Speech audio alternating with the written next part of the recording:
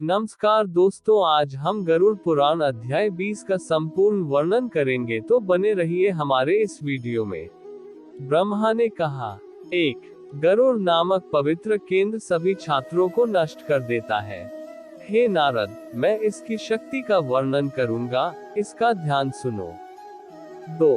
शेष का मणिनाग नाम एक अत्यंत शक्तिशाली पुत्र था। गरुड़ से डरकर ने भक्ति शंकर को प्रसन्न किया। 3. तब भगवान महेश्वर परमेष्ठिन प्रसन्न हुए।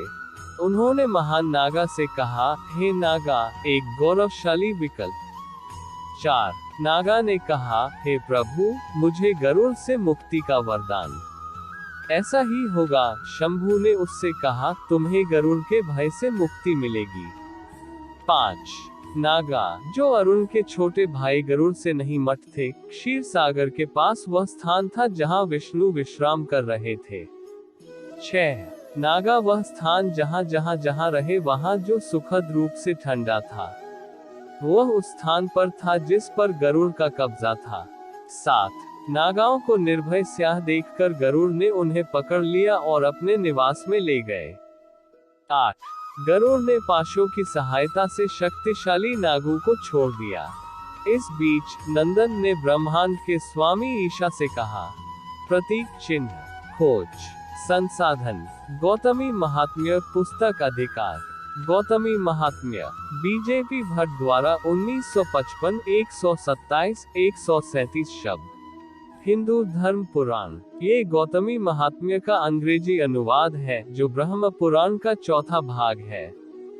गौतमात्म्य के 105 अध्यायों में गोदावरी नदी के तट के आसपास स्थित विभिन्न पवित्र स्थानों, तीर्थों की किंवदंतियों और विशेषताओं का वर्णन है। इसे आप अपने विशिष्ट कार्य के रूप में देख सकते हैं, और इसे अत्यधिक पवित्र पुराण घोषित किया गया था। अध्याय 20 गरुड़ तीर्थ। गरुड़ तीर्थ का वर्णन। लेस देन पिछला। अनुक्रमणिका। अगला ग्रेटर देन। ब्रह्मा ने कहा, 1. गरुड़ नामक पवित्र केंद्र सभी छात्रों को नष्ट कर देता है। हे नारद, मैं इसकी शक्ति का वर्णन करूंगा, इसका ध्यान सुनो। 2. शेष का मणिनाग नाम एक अत्यंत शक्तिशाली पुत्र था। गरुड़ से डरकर ने भक्ति शंकर को प्रसन्न किया। 3. तब भगवान महेश्वर परमेष्ठिन प्रसन्न हुए। उन्होंने महान नागा से कहा, हे नागा, एक गौरवशाली विकल्प। 4. नागा ने कहा, हे प्रभु, मुझे गरुड़ से मुक्ति का वरदान। ऐसा ही होगा। शंभु ने उससे कहा, तुम्हें गरुड़ के भय से मुक्ति मिलेगी। 5. नागा, जो अरुण के छोटे भाई गरुड़ से नहीं मट थे, क्षीर सागर के पास वह स्थान था जहां विष्णु विश्राम कर रहे थे। 6. नागा, वह स्थान जहां रहे वहां जो सुखद रूप से ठंडा था, वह उस स्थान पर था जिस पर गरुड़ का कब्जा था। 7. नागाओं को निर्भय स्याह देखकर गरुड़ ने उन्हें पकड़ लिया और अपने निवास में ले गए। 8. गरुड़ ने पाशों की सहायता से शक्तिशाली नागों को छोड़ दिया। इस बीच नंदन ने ब्रह्मांड के स्वामी ईशा से कहा। नंदिकेश्वर ने कहा, 9. हे देवराज, निश्चित रूप से नागा को या तो गरुड़ ने निगल लिया है या कब्जा कर लिया है, इसलिए वह उपस्थित नहीं होता। नागा जीवित बाहर नहीं आ सकते। ब्रह्मा ने कहा। 10-13। नंदन की बातें सुनकर और स्वयं की स्थिति को समझकर शिव ने कहा, नागा को गरुड़ के निवास स्थान में संरक्षित कर दिया गया है। जल्दी जाओ और दुनिया के विष्णु स्वामी को बताओ। मेरे अवलोकन पर आप स्वयं कश्यप के पुत्र गरुड़ द्वारा कलाकार नाग को ले आओ। भगवान शिव के वचन से प्रसन्न नंदन गए और जगत के परम आश्रय श्री भगवान विष्णु को सूचित किया विस्तार से। मन में लाजवाब नारायण ने गरुड़ से कहा। विष्णु ने कहा। 14. हे विंता गरुड़ के पुत्र, मेरे दर्शन पर नंदिन को नागा दे दो। वंतेय पक्षी ने इसे समझाया, लेकिन उसने कहा, नहीं। नंदन की उपस्थिति में गरुड़ ने क्रोध में विष्णु से कहा। गरुड़ ने कहा। 15-19। दूसरे स्वामी अपने सेवकों से कहते हैं जो उन्हें सबसे अच्छे लगते हैं, परंतु तुम ऐसा नहीं करते।